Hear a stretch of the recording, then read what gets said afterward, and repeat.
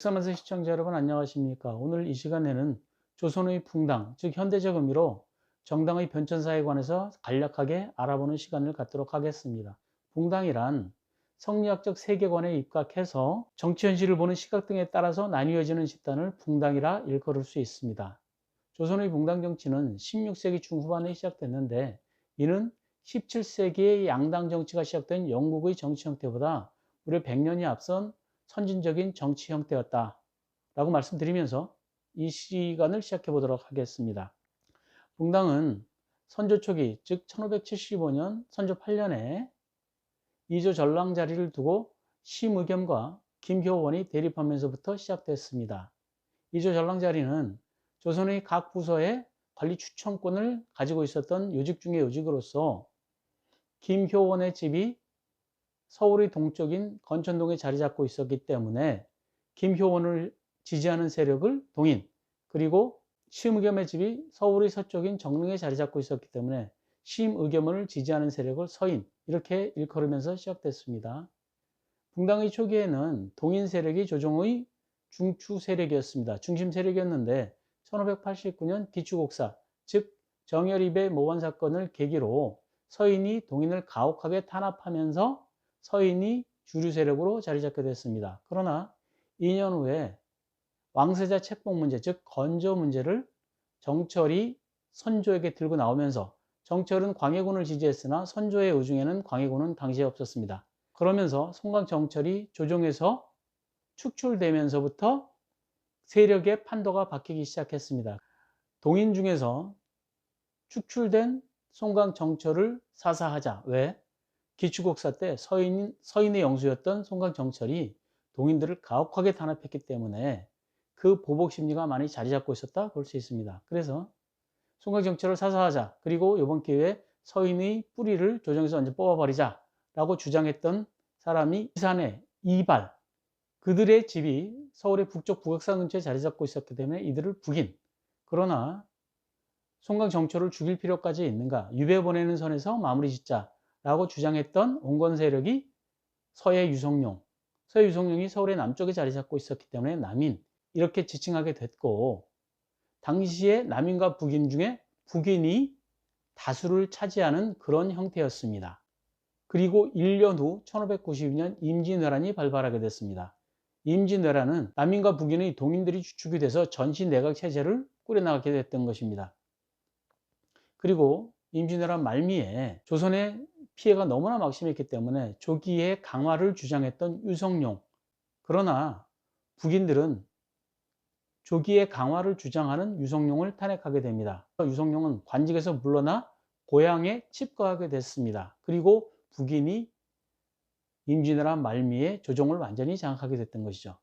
1598년 임진왜란이 끝나고 조정은 북인들이 다수를 차지하는 그런 형국이었습니다. 그러다 1602년 당시에 비어있던 왕비 자리에 임목대비를 들이면서 다시 분란의 조짐이 시작되게 됐는데, 그로부터 4년 후에 1606년 임목대비가 선조의 왕자를 생산하게 됩니다. 이름하여 영창대군이죠. 영창대군이 탄생하면서 북인들은 다시 갈리게 됩니다. 임진왜란 동안에 세자의 자리에는 광해군이 있었고, 광해군은 임진왜란을 세자의 위치에서 훌륭하게 수행하게 됐습니다. 그런 광해군을 지지했던 세력들, 정인홍, 이이첨을 중심으로 한 그러한 세력들 대북, 무슨 소리냐, 왕위는 정비소생의 적통 왕자가 계승해야지, 이렇게 주장하던 세력, 당시에 영의정이었던 유영경을 중심으로 한 소북 세력, 이렇게 소북과 대북이 대립하게 됐는데, 광해군이 즉위하면서 소북 세력은 완전히 조정에서 사라지게 됐습니다. 그리고 15년 후 인조반정, 1623년에 인조반정이 일어나게 되는데, 인조반정은 능양군, 즉 나중에 인조가 되는 능양군이 서인 세력과 결탁해서 일으킨 쿠데타입니다. 그래서 광해군을 축출한 서인 세력들은 다시 1591년 조정에서 물러난 이후 32년 만에 다시 조정을 장악하게 됐습니다.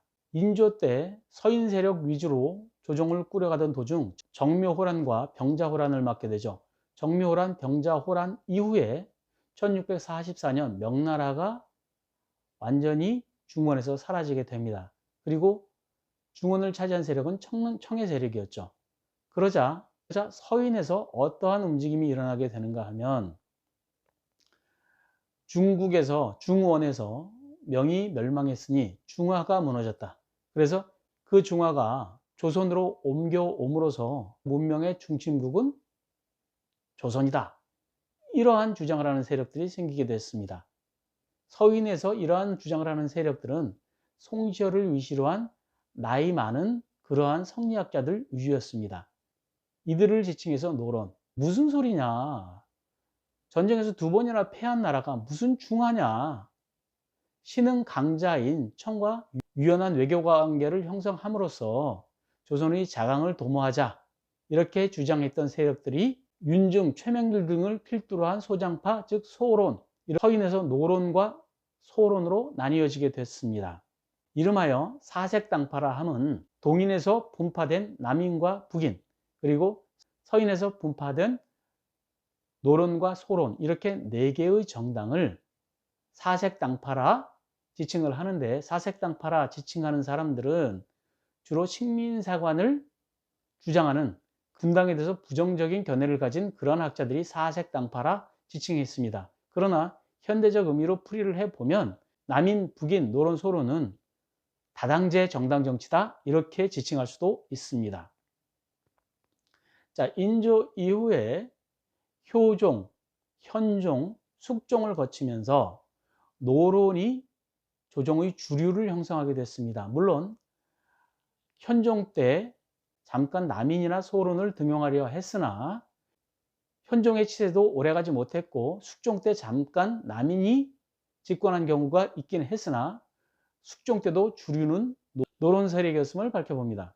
그러면 노론과 소론은 어떠한 견해를 가지고 있었는가? 노론은 장입인 자체를 인정을 하지 않았기 때문에 경종의 왕위 등극을 인정하려 하지 않았습니다. 그러나 남인과 소론은 뜻을 같이 해서 장입인의 아들인 경종을 숙종의 차기 국왕으로서 등극하게 하려고 노력했던 바, 경종 때 남인과 소론을 등용하려고 하는 시도가 있었으나 경종은 알다시피 급사하게 되고 영조가 즉위를 하면서 노론이 다시 득세를 하게 됐습니다. 그런데 노론에서도 다시 한번 분파가 이루어지게 되는데 사도세자의 죽음을 두고 분파가 이루어지게 됩니다. 즉 사도세자의 죽음에 깊게 관여했던 노론 벽파, 정순왕후 김씨를 필두로 한 그 세력들이 사도세자의 죽음에 깊게 관여했고, 이들은 정조의 즉위를 찬성할 수가 없는 입장이었습니다. 왜냐? 자기들이 정조의 아버지인 사도세자의 죽음에 깊게 관여했기 때문이었죠.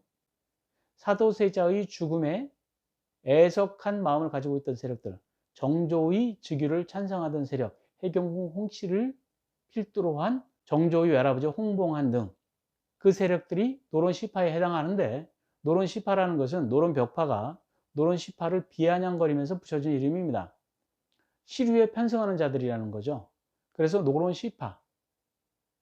그러나 우리가 다 알다시피 정조가 즉위를 하게 되면서 노론시파와 남인들이 대거 등용하게 됐습니다. 그러나 정조 때도 주류의 세력들은 노론벽파의 세력이었습니다. 그러다 정조 사후 순조 때 정순왕후 김씨가 수렴청정을 하게 되죠. 수렴청정을 하면서 남인과 노론시파는 다시 조정의 정치계에서 뒤로 물러나게 됩니다. 그리고 정순왕후가 수렴청정을 한 다음에 김조순의 안동 김씨의 세도 정치가 60년 동안을 이어지게 되는 거죠. 그리고 철종의 후임으로 즉위하게 된 고종 때 10여 년 동안 우리가 잘 아는 흥선대원군이 집정하면서 탕평책을 고르게 쓰게 되죠. 그리고 잠깐 조정의 정치적 안정세를 가져오게 됐으나 고종과 민비의 결탁으로 인한 흥선대원군의 실각, 그 후로 민씨 세력들의 정치 독점, 그리고 민씨 세력들의 가렴주고 부정부패로 인해서 조선, 즉 대한제국은 급격하게 몰락하는 계기가 됐습니다. 우리가 여기서 꼭 알아야 될 것은 당파가 나뉘어서 정치가 후퇴하거나 나라가 부정부패한 것이 아니라 서로 건전한 철학과 정치 현실을 보는 시각의 차이로 서로 견제를 해 가면은 서로 순기능을 발휘하면서 정치가 발전을 하게 됩니다. 그러나 일당 독재 또는 한 가문의 권력 독재는 부정부패와 정치 동맥경화 현상을 필연적으로 발생시키면서 국가가 몰락하는 급격한 계기를 마련하게 되는 것이죠. 식민사관에 입각했던 학자들, 즉 조선사 편수회에 가담했던 그러한 학자들, 일본의 어용학자들은 조선은 사색당파로 망했다 이렇게들 주장을 하는데 절대 그런 것이 아니고, 사색당파는 현대식 용어로 표현하면 다당제 정치 형태라 표현할 수가 있지 않겠습니까? 그리고 서로 간에 건전한 정치 철학을 가지고 서로 간에 견제와 타협을 하게 되면은 정치가 발전하게 되는 것이죠. 조선이 멸망한 계기는 당파가 나뉘어져서 멸망한 것이 아닙니다. 한 정당, 한 집안이 권력을 독점하면서 권력의 부패가 이루어졌고 가렴주가 일어났기 때문에 조선과 대한제국은 급격하게 몰락하게 됐던 것입니다. 건전한 붕당 정치는 국가의 발전을 가져오는 계기가 되는 것이지 몰락의 계기가 되는 것이 절대 아니라는 것을 말씀드리면서 이 시간을 마칠까 합니다. 감사합니다.